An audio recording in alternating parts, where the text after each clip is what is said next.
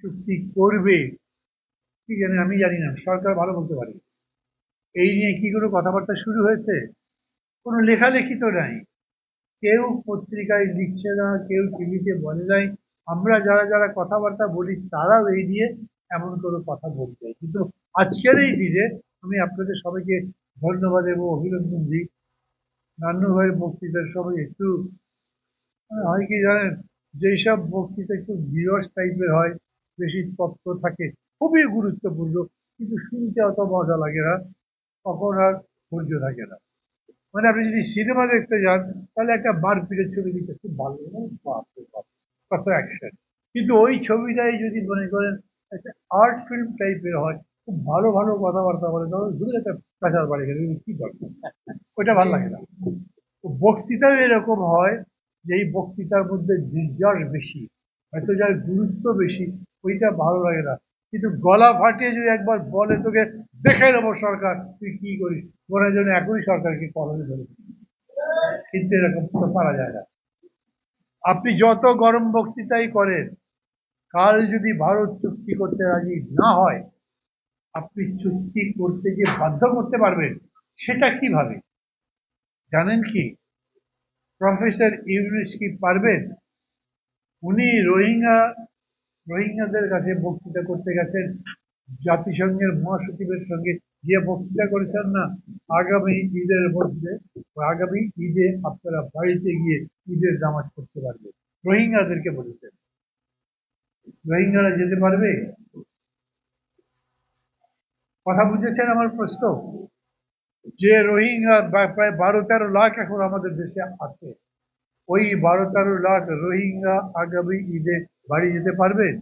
আচ্ছা, 12-13 বাদ দেন না, 1 লাখ যেতে পারবে? কোনো গ্যারান্টি জানি না, হ্যাঁ বলতে পারি না। অনেকে আবার মনে করে বাপরে, ডক্টর ইউনূস তো জাদু জানে, কত কি করে ফেলছেন, উনি পারতেও পারে, এরকম মনে করে অনেকে।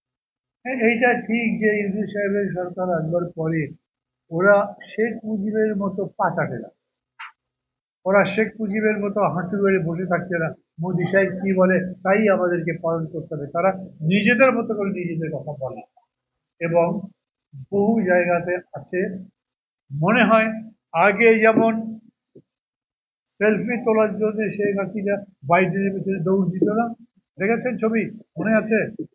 এখন আমেরিকার অনেক বড় বড় লোক, বিশ্বের বড় বড় মানুষ, যারা বাইডেনের সমান বা বাইডেনের চাইতেও বড়, তারা আমাদের ইউনিসেফের সাথে এসে ছবি তুলে।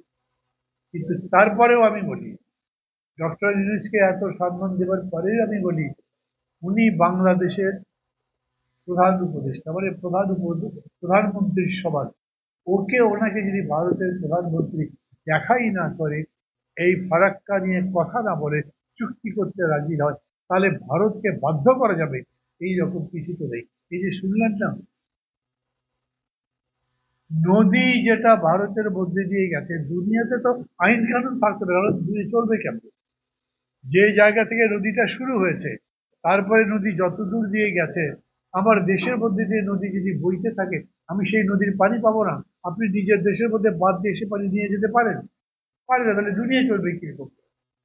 অতএব এরকম করে রাষ্ট্রসংঘ, মানে সারা দুনিয়ার যতগুলো দেশ আছে তাদের নিয়ে যে জাতিসংঘ, তার কতগুলো বিধান আছে। দুঃখজনক হচ্ছে সেই বিধান আমাদের দেশে কার্যকর নয়। আমরা সেই রকম কোনো আইনে স্বাক্ষর করি নাই, ভারত করেনি, চীন করেনি। খেয়াল করবেন, বেশি নদী তো চীন থেকে নদী বেরিয়ে ভারতের মধ্যে দিয়ে গেছে।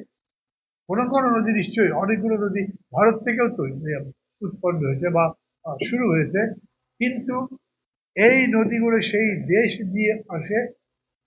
চীনও কোনো কোনো জায়গাতে এরকম বাধা তৈরি করেছে, যেটা ভারত অভিযোগ করে।